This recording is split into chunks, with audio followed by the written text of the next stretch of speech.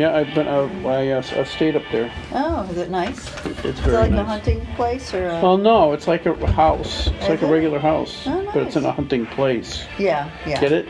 See, he's got the Connecticut River actually runs through the back of his property. Oh yeah, pretty special. it's wicked pretty. Yeah, do they have a lot of acreage? I have no idea how much acreage he has. The fact that he lets me I think stay we're ready, there is Brandon. all I care about. Oh, that's nice. All right, what Are do I we need ready? to do? Is this a good distance from the microphone? Yeah, you're fine. Okay. You're the best. No, you're the best. Good point. Can I argue with that? You guys hear me? We can hear you now. I can... All right, coming to you. 3, 2. Welcome to Rock, Paper, Hand Grenades. I'm Representative Gary Hopper. This is Josh Solomon. And with us tonight... First try. With us tonight is the Honorable Lynne Blankenbeker. Thanks for having me. And she's awesome, mainly is why we had you on. So, today at the State House, there was a bunch of gun bills that all passed because the Democrats hold all the cards. So, we just sat back and watched the horrors happen, and we're confident that the governor's going to veto them, and we have the votes to stop to prevent it from going into law. But man, we got to stop voting in Democrats. It's really, really bad. So then, I always fight against the assisted suicide stuff, right? But today I was having second thoughts Uh-oh. because the guys from Science and Tech got up to the microphone and decided to spend like 20 minutes each or a half an hour each talking about net metering. What's that got to do with this? I know where you're going with it. And I Surprised me. I wasn't allowed to have my gun, so I couldn't shoot myself to make it stop. I went for the window and somebody grabbed me. There's a lot of people trying to end their lives instead of listening to an hour-long debate on net metering. It was so bad. Wow. And then Well, I'm glad you did it. and then I'm not going to name them anyway, even if I knew, but just to add insult to injury, after we're bored, it's getting on after 5 o'clock. One of the and the legislature, somebody can get up and ask for personal privilege, which means they get up and say something that's very meaningful to them. So a Democrat got up to apologize for what he never said. He just said that I think he said that he's humble or something, and then he went on to this diatribe, and then he started reading from Dr. Seuss. So keep in mind, you got hundreds and hundreds of people sitting there waiting for him to be finished, so the speaker can say, you can go home, press your green button for mileage, and this guy's going on about the ZACs, the northbound and southbound ZACs. Okay. And it was very tedious. So, but anyway, I did not kill myself today, and I thought that I'm was very grateful. a very, very good accomplishment for today.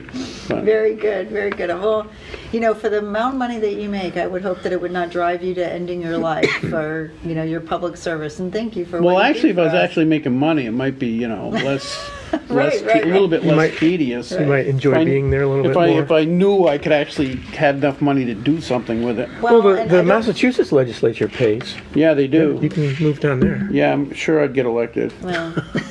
Well, at least this representative quoted a local. Because Dr. Seuss, he went to Dartmouth. Oh, Yep. yeah. Yes, yeah. yes, yes. He was born in Massachusetts, right? I'm not sure Or where he was Connecticut. born, but I do know he has Dartmouth roots. So- Yeah, His widow still Or, lives here. I or believe. Dartmouth ties, Really? I should say. I read something. Maybe she just passed, but I thought part of his now we're family gonna still find out. still Seuss? still Yes, lived I know, here and that's in not New his real Hampshire. last name, but Mrs. Seuss. yeah, Yeah. but Dr. Seuss's wife did. I did hear recently passed. That is me then. That is you. Yeah. Okay. Good. It's I'm not me. guilty. That's okay. So anyway, Lynn is running for Congress. We're just talking about your territory goes all the way from Massachusetts all the way to Montrebec, Yes. all the way to Right the up Canadian border on Route 3. and all the way down the western side of the state. Yep. That's a huge Very district. large geographically, but it's been a lot of fun. You know, it is fun. First of all, I really enjoy going to North Country. In fact, tomorrow I'll be there all day. I'm going to go see some friends and meet some new voters and meet some new supporters. So that's really always exciting. I like going up there. And, you know, not too long ago I did a Trump wave up there. And there were a handful of us, and we were standing on the street holding our signs for President Trump. And would you believe, I would say very, very few, and it's very anecdotal, but I would say 8 out of 10 cars gave us a thumbs up or honked their horn and was waving. You know, there were very, very few. Even the Vermont folks were giving us a thumbs up. The closet conservatives are coming out over the last couple of years since that Mueller report died. Yeah. We're very, very emboldened. Well, I think, well, the Mueller report was a big deal because the CNN, MSNBC, and National Propaganda Radio have been convincing people for 2 years that Donald J. Trump had been colluding with the Russians. Yeah, and a lot of GOP folks, even down in Washington, were kind of buying into it. And, you know, we had to go through this cycle where, okay, wait a minute, right? And so even some former never Trumpers have said, okay, we got it. We're done with this. And the support is come out in droves since then. It's amazing. I don't know if you know that I got to serve on the Women for Trump Advisory Board. So back in June, the Trump administration called me. I was worried because when you announced that, I said, oh, I hope that doesn't mean she's not running for Congress. No, but I was very taken aback because I didn't even know how they knew me. And so I was really grateful that they called me up. And I had the real privilege of going across the United States, but mostly on the East Coast, and speaking on behalf of Women for Trump. And I did rallies in Rhode Island, and I did some time in Virginia. Sounds like I went to jail. I know, it doesn't say that. Yeah, I went down to Virginia and did I did a radio show down there. I was on TV down there, and it was tremendous. And we are armed with the facts, and it was so easy to go out and talk about President Trump and the accomplishments he's made for women, especially. I mean, since I was on Women for Trump, that was a lot of the facts that I was sharing. But also, they had me do the salute to service because I was a veteran as well, and so they had me do that. And just talking about this president's accomplishments, what he's done for us, I'll tell you, I because we were focused on Women for Trump, I signed up so many women, thousands of women. So if anybody believes out there that there are not women supporting President Trump, they're sadly mistaken. The fact of the matter is I personally signed up thousands of women. The mainstream media is attempting to say women aren't supporting Trump. It's a theme that they've been on for a long time. It's the same goes along women, with minorities are supposed to vote Democrat, and if you don't, then you're betraying your race, you're betraying your gender, et cetera, et cetera. So. Well, I can tell you it's different. Well, I know the one statistic that I heard it at first, and then it kind of made sense once I figured it out. Because it's the lowest unemployment for women for 76 years. And then I figured out, that's the end of World War II. Because the women were all working in the factories. Everybody was working. Yeah. It was all hands on deck in World War II. My grandmother was a Rosie the Riveter. Was she? Yeah. Oh, that's cool. Yeah. That is very cool. No, it's. I mean, we have opportunity that we've never had before. And one of the things that's really interesting that the president has started an initiative across the globe empowering women, and it's women entrepreneurship. And why is that so important for us is, when other cultures are successful, or you have success within, another country, people are empowered, and so they don't do things like join a gang, join the Taliban, become terrorists, and then that becomes better for us. Even within our own nation, when you're back at work, you're not in a gang, right? You're working, you don't have to get involved in that kind of stuff. And so trying to come up with a joke there, but well, and so it's been so important because the initial goal is just to empower women, but really the collateral, which is a tremendous benefit, is that we should see a decrease in the amount of violence and terrorism across the globe. Yeah, I thought one of the, I know this isn't part of that, but I know one of the statistics that really impressed me is that teenage black kids a lot more of them have work now, which is really cool because, like you say, what is it our grandparents always said, idle hands are the devil's workshop. Right. So young kids actually having jobs and making money so they're not hanging around getting in trouble is a really cool thing. Absolutely. And there's something to be said for that accomplishment and that self-worth, right? And the fact that we have how many now? 10 million people off of food stamps. It's not because he got rid of the food stamp program. It's because people are back to work and they're able to buy their own groceries. And you can only imagine that sense of pride when you come home as a father or a mother or whomever and you bring those groceries that you bought for your family, that you earned for your family, rather than dependent on the federal government to provide that for your family. And so I think it's, it's just goodness all around. Yeah, I'm waiting for because the thing is we have a right to bear arms. But when is the government going to buy me more guns? Okay, there's nowhere in there. Well, it says, he said people say they have their right to what? What did it say about? Free college. Free that's college.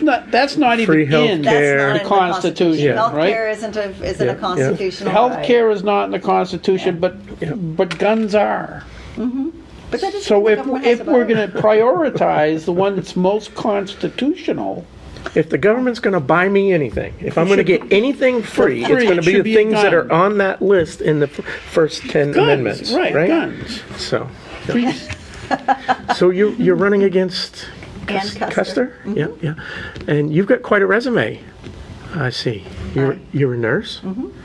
You're 33 years in the military. 34 years in the military. My 34th year. And a doctorate in law. Yes. You think you're smarter than me?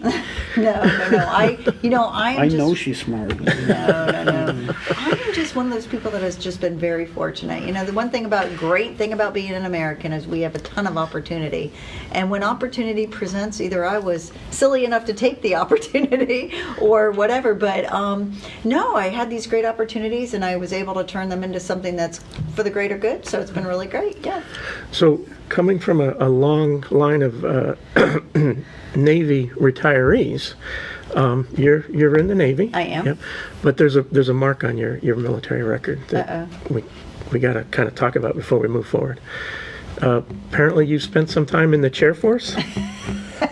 I did. I got my commission with the Air Force, and I did 5.5 years. Wait. Why is that? What's Chair Force? Well, because they spend their time in Chairs. hotels and Okay, as opposed to in the ditches, in the sand, or wait. on the ship in the sea, right? Okay, I have to dispel a myth for you here because I'm all about facts. I did deploy for Desert Shield, Desert Storm with the Air Force. I had to pitch my own tent in the sand. I was given a little Dixie cup about this big when we were building our hospital that I had to build a radiation proof room because we didn't have lead walls. So we built, they had two, I'm not a construction person, but they had these plywood walls that were 18 inches apart, and we sat there with our little Dixie cups and filled it with sand so that we could make the barrier so that we could have an x-ray room. I lived in a tent. I ate MREs. I did not have a swimming pool. I did not have all those things. I did not have a golf course. All those things that people think How that we had. How are those MREs? Are they any good, or is they as bad as I assume they are? You know what? I'm not going to be a complainer about being given food. No, you in can a tell war us the zone. truth. This is a truth zone. No, there are a lot of calories. Not when I speak, but I'm saying when the guests, right? The guests have to tell it. So they have some really good things. They have this maple walnut bar in them. Those are really good. And then they have, so they're really good. They're complete meals, and they're designed for you to have that meal all day long. So when you open the package, you get like an entree, spaghetti and meatballs, and they've gotten really a lot better. You get a little tiny bottle of Tabasco sauce. You get something to make Kool-Aid with to put in your canteen if the water's not good. Gum, coffee, toilet paper. That's a good That's one. like gold when you're over there. Let's see what else. And then it just has like crackers and cheese, like a cheese whiz stuff. So the food isn't terrible. You know, I But really, do you have like post-traumatic stress from opening up the MREs? I'm going to be honest, I just didn't eat them. What? I didn't really eat them. The truth is out. No, because you know I what? got There's so catered many. from the local pub, yeah. No. No, we got catered from the Grateful Americans who sent us wonderful care packages with lots of really good stuff in them, like cookies and granola bars and stuff like that. And so we had plenty to eat over there. The Girl Scout cookies, people sent us cases of Girl Scout cookies. I remember sending stuff over there. Yeah. I was I was just finishing up high school at the time, and I took every opportunity to. My father was still in the Navy at the time, and I was one of those people that was just sending stuff. Well, as thank much you. as I could, appreciate yeah. that. You have no idea. You know, it was funny after Desert Shield, Desert Storm. It was almost like President Bush at the time, you know, sent out a memo to the entire United States that said you have to fly an American flag and you have to tie a yellow ribbon on everything, and then you have to write to a service member and tell them that those things, because literally every letter, I would go by the post office. Desert Shield, Desert Storm was a little bit different. We didn't have internet like we have now, but I would go by the post office every day, and I'd pick up a handful of letters to read and then respond to, and I would always pick up something strange, you know, where maybe if it was written in crayon by a child, or if it had a funny stamp, or if it was from a place that sounded really interesting. But literally every letter said there are American flags flying everywhere, and there are yellow ribbons tied on everything, and it was wonderful, and I'd write back to the folks. Like I said, I remember it distinctly. One of the things that was going on back home while everybody was over there was that we were bound and determined that this was not going to be like coming home from Vietnam. And it wasn't. I mean, And I didn't so live in Vietnam. I lived in Maine at the time, and every flight coming home went through Bangor. And I just remember there was always a group. We're like, hey, let's go up to the airport today. Let's go up to it was every day. You could count on somebody coming in, and you would just randomly decide, hey, you know what? I got a couple hours. Let's go do it, right? And meet everybody coming home. It was it was fun. really wonderful. You know, I mean, I have to say that the folks out there, God bless our Vietnam veterans. I think it was a result of them that they said never again. This will never happen again. And so I was treated really well. Every war I've come home from, my family threw a victory party after Desert Shield, Desert Storm. I don't know how they got that many people in a room at a moment's notice, because we don't give troop movement information. So they had no idea when I was coming home exactly.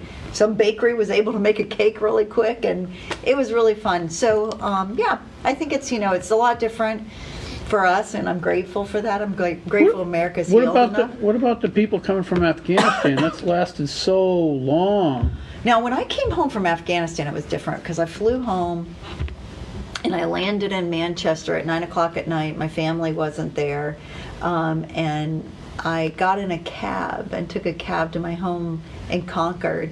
And the guy who took me home in the cab, he just threw my duffel bags on my driveway. My driveway hadn't been plowed. It was January. And I had an electronic doorknob, but the battery died because it had been so cold. So I had to walk over to my neighbor's house and borrow a key to get in. And my house was cold because it hadn't been heated. My family wasn't there. My daughter was at school in Texas. And I ended up walking. My car battery was dead because it had been in the garage for so long and not on a trickle charge. So I walked to the VFW in my uniform, and I got there, and the guys were like, "Oh, she's back. You want a beer?"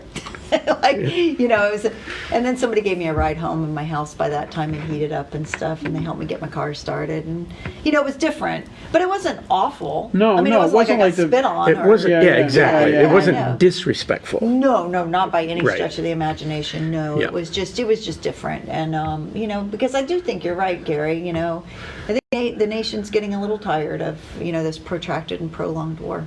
I think that's why. See, this is my own theory. You probably know a lot more about this than I do, but my theory is that every president, maybe except with exception of Bush, but definitely Obama, went in there with the intent to harness or rein in all these deployments. Like, we shouldn't be fighting everywhere all the time. And it seemed like, I'm willing to bet that he meant it when he went in. But the people in the Deep military, state. the We deep call it state, the deep state now. they don't make any money if we're not at war. And so the reality of the situation caused him to be as much of a war hawk as almost anybody else. Well, And Trump seems to be bucking the system. So we were there doing a lot of nation rebuilding. Right.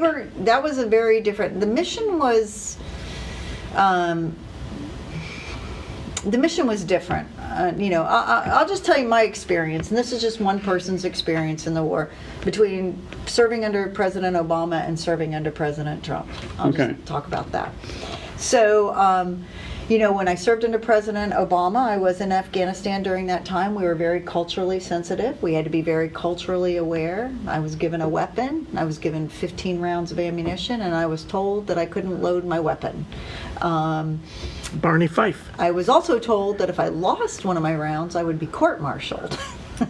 I know, right? And when I got over there, we were very culturally sensitive. It was about nation rebuilding, and so we were training the Afghan National Army, we were training the Afghan National Police, we were trying to help them become more self-sufficient. We were working on building up their, their infrastructure. And so there were a lot of people there to nation rebuild. It was a lot of NATO forces there. We took care of, I was a nurse, and so we took care of patients. Our patients were obviously the American and coalition soldiers, contractors, the military working dogs, and the local nationals. So especially if we injured somebody, there was a bombing or we accidentally injured somebody who was a local, they would come get treated at our hospital. And all of our patients would come to us what we call trauma naked, where you get them, you have to be able to make sure they don't have bombs or grenades or booby traps on them, right? And so we have to make sure. But the Afghan women, we did not do that for. The Afghan women came fully dressed. And the reason was because their culture didn't want us to see them unclothed. And so, being a very culturally sensitive war at the time, I got myself in a situation where we had a patient, she was an Afghan woman, and she came in fully dressed. And as I was cutting off her clothes and talking to the interpreter to tell him, tell her I'm cutting off her clothes, I have to assess her. It was an all-female team. I reached around, she had a bomb on her. And, I had to hold on to that bomb and get everybody out of there until we knew it was not a pressure bomb or it was safe to let go. And we sedated her, and kept her calm and whatever. But that's the difference. Wait, why did she have a bomb? Was she trying to kill you? Well, I don't know the whole full story, but her husband was in the first trauma bay and she was in the second trauma bay. They were doing CPR on her husband, and we were told they were victims of an IED blast. I later learned, of course, when we cleared the trauma bay, everybody had to leave, and her husband passed. We couldn't continue to work on him. She had a wiring harness. I don't know if they were loading all of the explosives into her harness, but I learned that her husband's watch was hollow and was probably a detonator. Ugh. It didn't have watch gears in it, so it was probably a detonator. So I don't know if he was going to blow up his wife. I don't really know. We don't know the whole story. I don't know, but I do know this: that she came back 3 weeks later, and so I think they were trying to see if they could infiltrate our hospital with another, and that was, so maybe it was an intelligence mission. Maybe he was going to blow her up. I don't know. We never got the details on that. All I know was that day I was hanging on. And everybody got out of there and we were all safe. And it didn't explode, obviously, because I'm here to talk about it. Now, fast forward. President Trump becomes our president. So in 2017, President Trump was our president. It was early. It was in January, right after his inauguration, maybe February. And President Trump, I was stationed at the Pentagon at the Royal Defense Headquarters at the time. And President Trump came to speak to us at Fort Myer. We were all crammed into this gym. And President Trump walked out and he said, "You have one mission, and it's to win. And I'm going to man you, train you, and equip you with the ability to do that. And I'm going to give your generals and your admirals and your leadership the authority to fight this war." And it was very different. As opposed to focusing on being culturally sensitive and having these types of things show up because you're not allowed to search people. Right. So our president, before President Obama bowed to the leaders of foreign nations, he apologized for being an American, and it was a very different. You mean before Trump? Right, before Trump, before Right. President Obama. When she says bow, she means literally bow. Right. Like, But But President Trump was very different. And let's look at President Trump's track record. Baghdadi.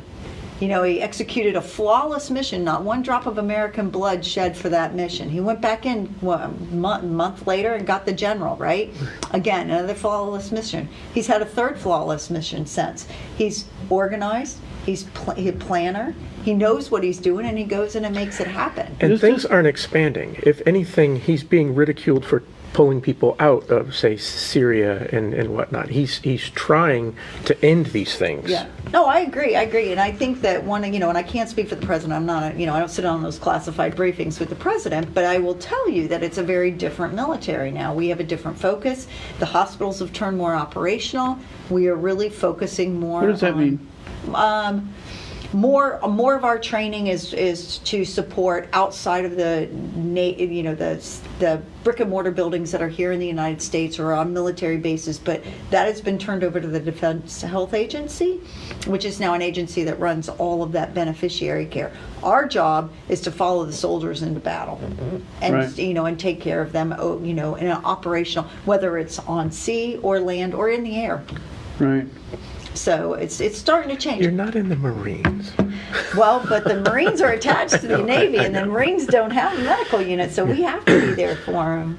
So I'm kind of impressed. So you're commanding officer of the nurses? It was an Corps in- entire medical command, so I Yep. had a 909 member medical command out in San Diego. I was in charge of the medical unit that supported all of the reserve medical unit that supported the entire Pacific theater. So we had Guam, Hawaii, and I had units all over California, and yeah. You're not part of that anymore? No, I turned over command on December 6th. Oh, so fairly recent. Yeah, Oh. yeah, yeah. Is that to run for? No, my tour was over. The military is very wide. See, we don't let people stay in positions of power very long. We move them through, right? You either move to the next level or you go home. And Congress should do that. Yeah, absolutely. Yeah. Yeah. We need term limits in Congress, just like they have term limits for commanding officers. Right. For us, you meet a board, they select you for commanding officer, you have your commanding officer tour. And then it's time for you to turn over command and give somebody that you've groomed an opportunity to have that leadership position, and then you move on to a different leadership position. So you were in Afghanistan. Would you say that was more stressful or less stressful than being in the New Hampshire legislature?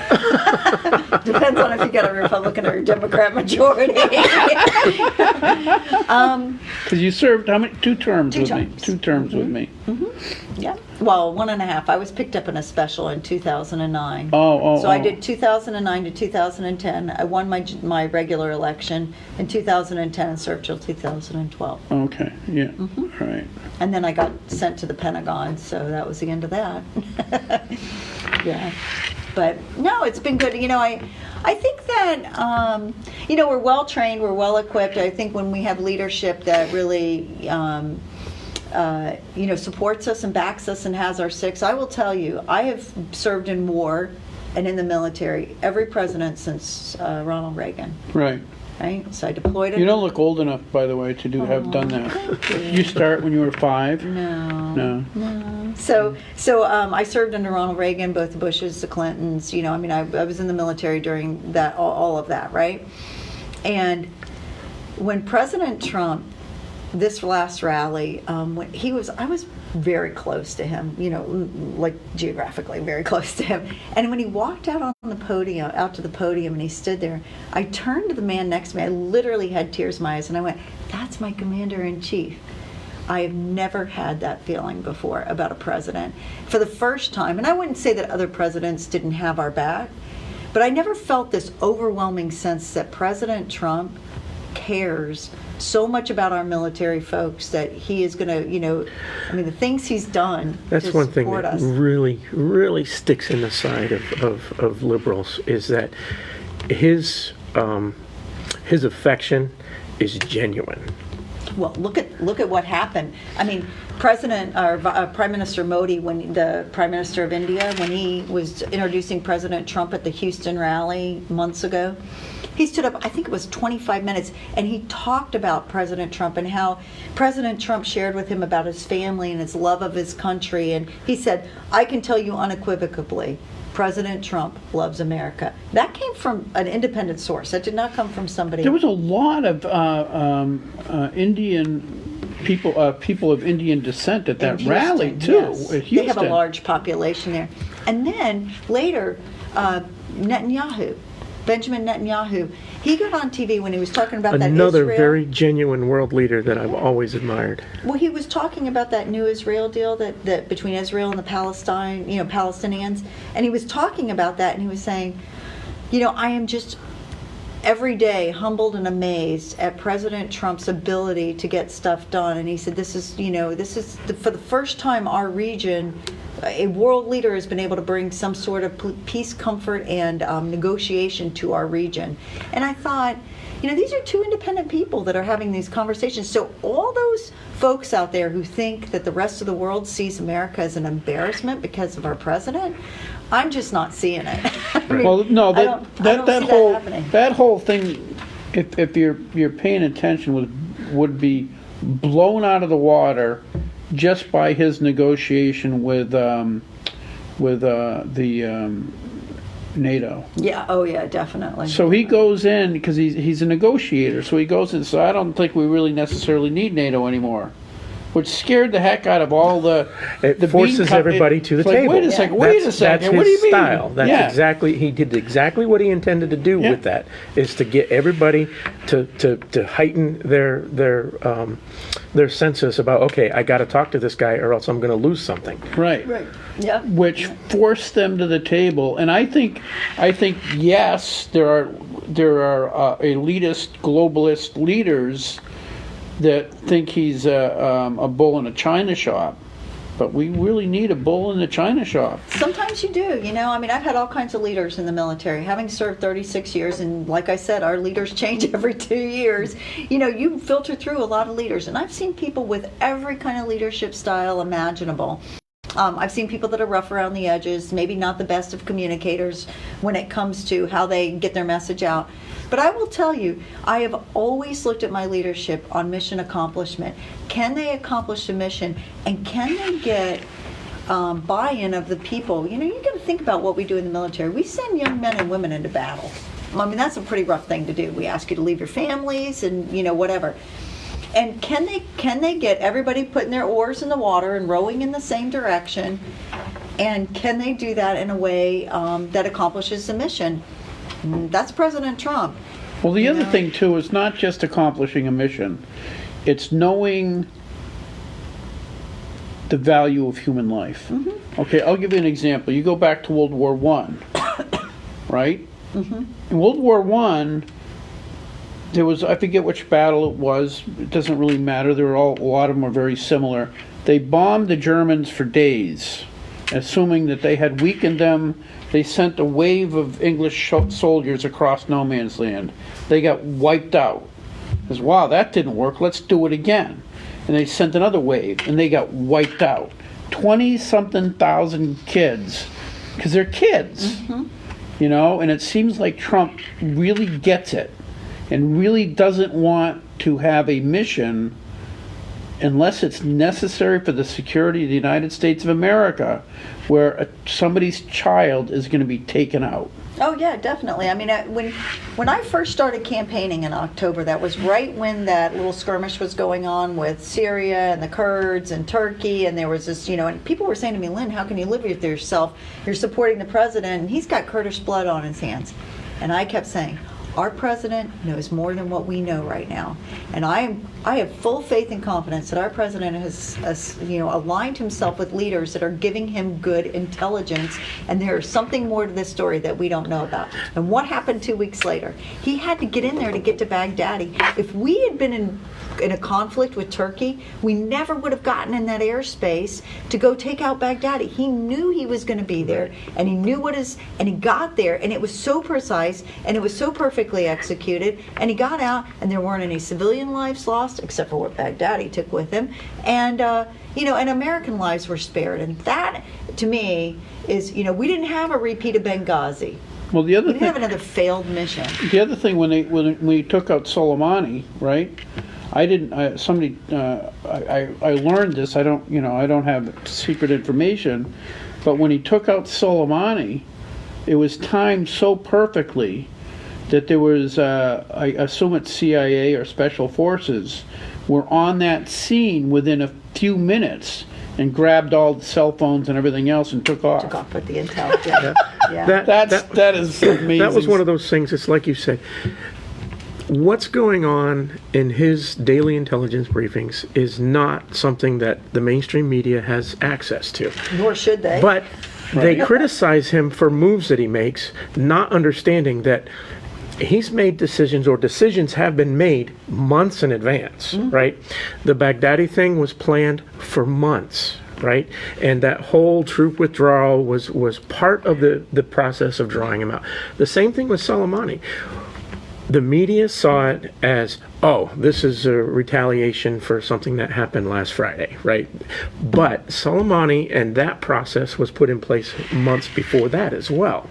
That entire intelligence operation, you don't get to know exactly where somebody is going to be at the exact minute within several feet right? by just starting an intelligence campaign within 4 days. Oh, no, right? no. That's and so everybody sees that. Oh, this is a retaliation. This is World War III. not there yet, are we? But it's all about. There are things going on in the intelligence community that's bubbling up to the president that the media doesn't know about, and all of that criticism is just not warranted. Okay, wait. We're spending too much time on Trump. Yeah, I know. So, can you do me a solid when you get there? Make sure that bill for Second Amendment reciprocity. Oh my gosh. That's gotta come Universal back. carry? Is that what you're Yeah. talking about? Where you can be able to carry across state lines? Oh my gosh. Why are we still having this conversation? It's in the Constitution. It says I can do it. Why I can still I get know. arrested in Massachusetts is beyond me. People ask me all the time, what kind of new law are you going to pass? And I always say, I'm not passing a bunch of new laws. We got a bunch we got to get rid of first. Yeah. Right. But that is one that I would like to see. I'd like to see that. I'd like to see term limits. I think it's time. Well, that's the what we term need. We limits need have to be a somebody in constitutional Congress amendment. to present the term limit bill. Well, there's a right? lot of But us then that are all the signing the folks term that are limit already pledge. there don't want that because they're already beyond their term, what would be their term limit, and they'd have to leave. And there are some tremendous Congress people, no doubt. I can name a large number of tremendous Congress people, and I would like to see that maybe those people transition to Senate, and then maybe after Senate something else. If they want to move within the system because they are assets, and I think those that. But the other thing we've got to worry about is campaign finance reform. This is ridiculous that people are spending. Bloomberg, billions of dollars. Now, I understand it's his money, and he can do whatever he wants with it. That's the beauty of being an American. But come on, buying yourself into an election, we really need to start looking at who can represent the people. And, our silver spoon trust fund babies that just carry on the legacy. The one thing our founding fathers wanted in this nation was not to have dynasties. Right, exactly. And yet They didn't want a professional political class. correct. Which is what we have now. And we have that now. And so I think, especially since I'm in the throes of fundraising, I can tell you how hard this is. But, it's ridiculous. And when I think about the literally trillions and trillions of dollars that are spent every couple of years on campaigns, for what end? Never so that we mind can get the richest person. The federal government does also match a certain amount of presidential campaign funds for presidential candidates. That still takes place as well, right? I'm going to be honest with you. I don't follow. I mean, Yeah, it's hard enough to keep up with my own, making sure that I'm following the FEC in my own congressional campaign. I know that there are a lot of federal rules on how you can campaign, what you can raise, and where it can come from, and what you can spend it on. I do know that. But, So besides doing that one favor for me, because I'm your best friend, because for those people who don't know, a reciprocity means that if I'm like I was, remember Lee Quant? So I was going out I to. haven't heard in a while. Yeah. He's still a good friend. So I went out to visit Lee Quant on my motorcycle, right? Okay. And I was coming back, and I didn't want to just go down 101 Because one thing is, in the evening, the sun's right in your eyes the whole trip. And 101 is not that safe. So I'm going to take it easy. I'm going to go back roads, and I try to negotiate back roads. And so I got my helmet. I don't have a helmet on. I got my pistol in my pocket. I look up, and the sign said 495 next exit. Which meant I was in Massachusetts. You were in Massachusetts. And you were breaking at least 2 laws. At least 2, probably more. So I spun around and took off the other way until I was back in New Hampshire. But the premise is, if I go into Massachusetts, just because I cross that state line, in no way do I lose my freedom of speech. In no way do I lose my freedom of religion. The only thing I lose is my right to bear arms. Mm-hmm. And that's unconstitutional. And barehead.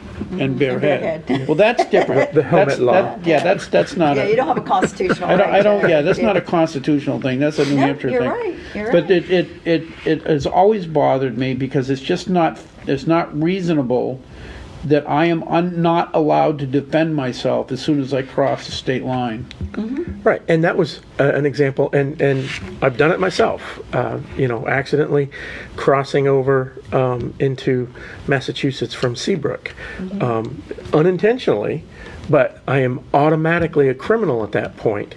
And the fact that it was completely unintentional, it was accident, and it can be corrected by turning around and going 100 yards that way, is not a defense. No. I'm still being thrown in jail for it if And you still have a felony conviction, which means you can't. And then now Exactly. you lose your arms for good. Exactly. Yeah. You've got one state dictating whether or not residents in another state can own firearms. No, I totally agree with you. I mean, you get one driver's license, you've proven your competency to be able to drive a car, right? You get one driver's license and nobody stops you at the border and says, I'm sorry, you're going to have to go get a Massachusetts driver's license to enter our state, and you're going to have to get a Connecticut driver's license. We don't do that, right? And, I would arguably, I mean, first of all, you're 2 law-abiding citizens, right? So what did you do? You instantly tried to fix the situation, Right. right? So all that does is keep honest people honest. It does not, if you are a criminal and you're running arms, you're going right over that border and you don't care. You got them hidden somewhere. Well, absolutely, yeah. And so I think that it doesn't, I don't think it meets the intent of what it should be. And when you start getting beyond the intent of the law, you really start getting yourselves in trouble. And so, yeah. So what now? You're traveling around the state, and you must be hearing other issues besides the Second Amendment. What are the big ones people are? 2 top issues, and they're neck and neck. Number 1 is corruption. They want a Congress that they can trust. And number 2, health care. That's what I'm hearing. We And have so- a call coming in. Uh-oh. All right. Good evening. You're on Rock, Paper, Hand Grenades. How you doing? Who's this? Doing really well. I just tuned in, and I hear you having a discussion on firearms. I've got one that's even more preposterous for you.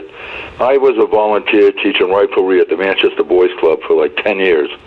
It was like a hunter safety course, except we used air guns. We didn't use, real guns. And we wanted to espouse some inter-club activity and some competition, getting our kids ready to go to state national. And we were forbidden. We couldn't go to Massachusetts because we had air guns. I mean, how dumb does that get? Thank you. Bye. Yeah, thanks. Thank All right, thank you.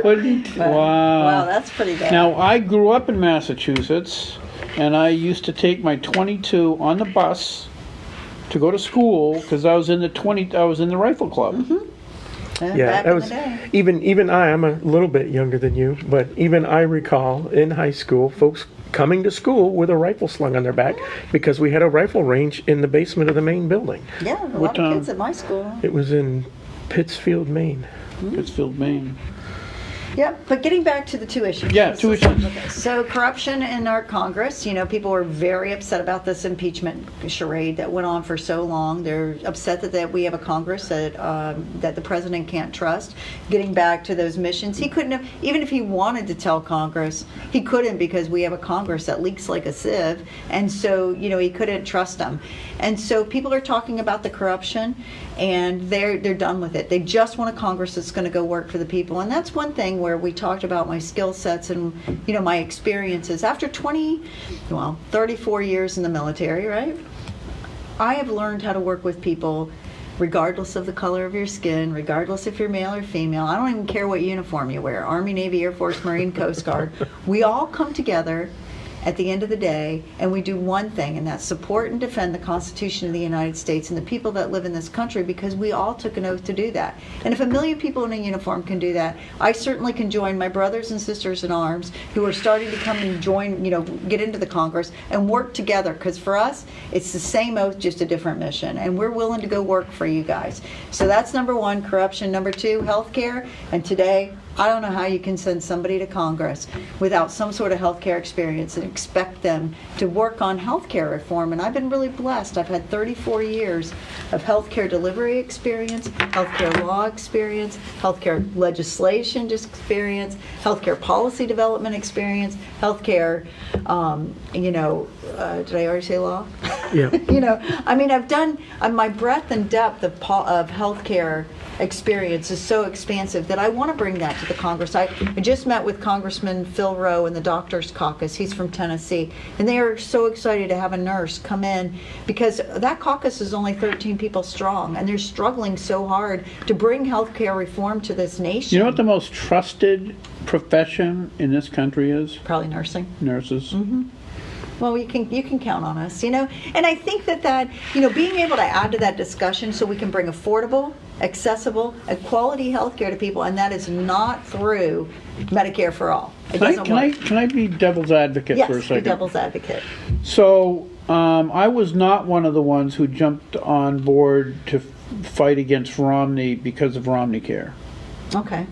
My rationale was that Romney Care was a Massachusetts healthcare system. Mm-hmm. And to me, I don't know why we don't use that model, not nationally, but statewide. So that, okay, let's say Massachusetts has components A, B, C, and D. And New Hampshire looks at that and says, that works pretty good. They're pretty efficient. But let's do A and B and C and see how that works. And a few years down the line, they say, well, we didn't add D, and that's why it's not functioning quite well right. Or Massachusetts looks and says, wow, we can get rid of D and save all the money in New Hampshire. So you have this competition of ideas going amongst the states, as opposed to a federal government getting involved and making it nationwide, which if it fails nationwide, everybody suffers. Well, I'm all about the 10th Amendment, and I'm all about states having the rights to do what they want. And, we see that with education. I moved here in 1993 from California. I was, we moved in 93, but I was pregnant with my daughter when we started building our house. And I moved here to New Hampshire because New Hampshire fit our family. It fit our values, fit, low crime, good education, those sorts of things. So I'm all about states' rights, right? We chose New Hampshire out of all 50 states as the place to raise our child. But I have a real problem with the government running your health care. You wouldn't let the government get control of your car insurance. You wouldn't let the government tell you how to manage, okay, well, you don't get new tires this week because, your city you live in does better road maintenance or whatever, we need to be able to buy our insurance across state lines so that there is competition. So you're not in favor of some sort of national health care? I don't think the government should be in the business of running your health care. No. Okay. No, I think Medicare for all is terrible. I don't know why we would want it. For everybody, there's just so many layers of problems. And when you start getting into a bureaucracy where the government gets to say, okay, well, I'm sorry, you're 95 and you're not worth the femoral popliteal bypass surgery, so we're just going to amputate your foot. That's exactly what Bloomberg said yesterday. Did you hear Bloomberg's comments? No. No, his comment was, we need to get to a point where if you're 95 and you have prostate cancer, that we just say, no, go home, it's not curable, and But that should be for an individual to decide. Well, exactly, but but he's advocating government-run health care, and he very specifically said that if you're over a certain age and you have terminal cancer, we're not going to treat you at all, because it's not. But you take that socialized medicine, and of course, the elite class will get that that service when they're older, but they're talking about death panels. But that was almost an exact quote from Bloomberg yesterday or the day before, where he said that if you're 95 and you have cancer, then we're not going to treat you. But, you know, I think that should be up to the individual. And if you want to spend It all should, your money absolutely. on Cadillac health insurance because that's important to you, you should be able to do that. And if you want to buy minimum essential coverage because that's important to you and you want to spend the rest of your money going on vacation and live your life while you can, that is your decision to make. And so, you know, any person can have, you know, different plans. It's up to you. Look at your cars, for example. Some of us buy different car insurance or different, even different vehicles, you know, because that's where our value is. You know, I personally, I have a 21-year-old car and I have a 12-year-old car, and I haven't carried comprehensive insurance on them in in years, because my cars aren't worth it. And I buy liability insurance and I make sure that I take care of the people around me that it's going to impact, right? But if I total my car tomorrow, I'm getting How much nothing out miles of you it. got on the one that's, what did you say, 21 year? 108,000.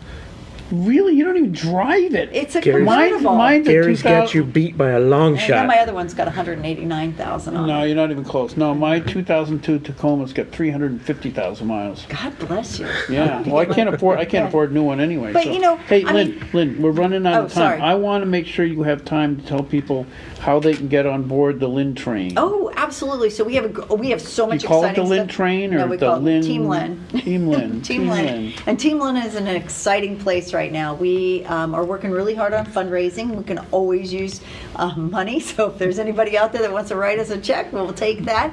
But we've got just so many people excited to get moving on the campaign. We're at www.blankenbeker, that's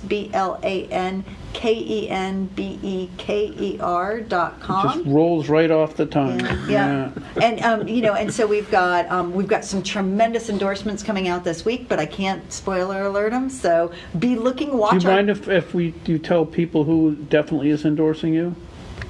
Well, you are. Thank you there you very go. much, and I appreciate it. But we're gonna blast that with a big special endorsement, and thank you very much for that.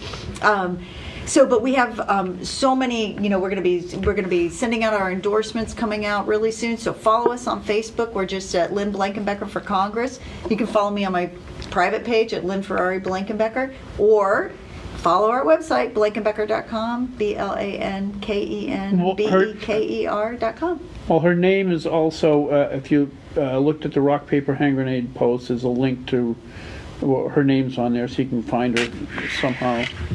We can add your web page to our Oh, please Facebook do. thing. Thank We'll you. I put a appreciate post that. up there and we'll add it to the... Lynn, thank you Thank very you. much. Thanks, You're Thank you, awesome. Lynn. It was a Thank you, pleasure serving with you in the legislature. You were always fun. Aw, thanks. I loved serving with you as well.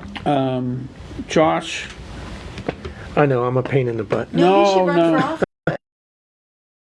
They're Told you, recruiting now. I make trouble behind the scenes, not in the State House. Hey, anyway, we'll see you next week. We got a couple local ladies coming on next week. We'll see you guys.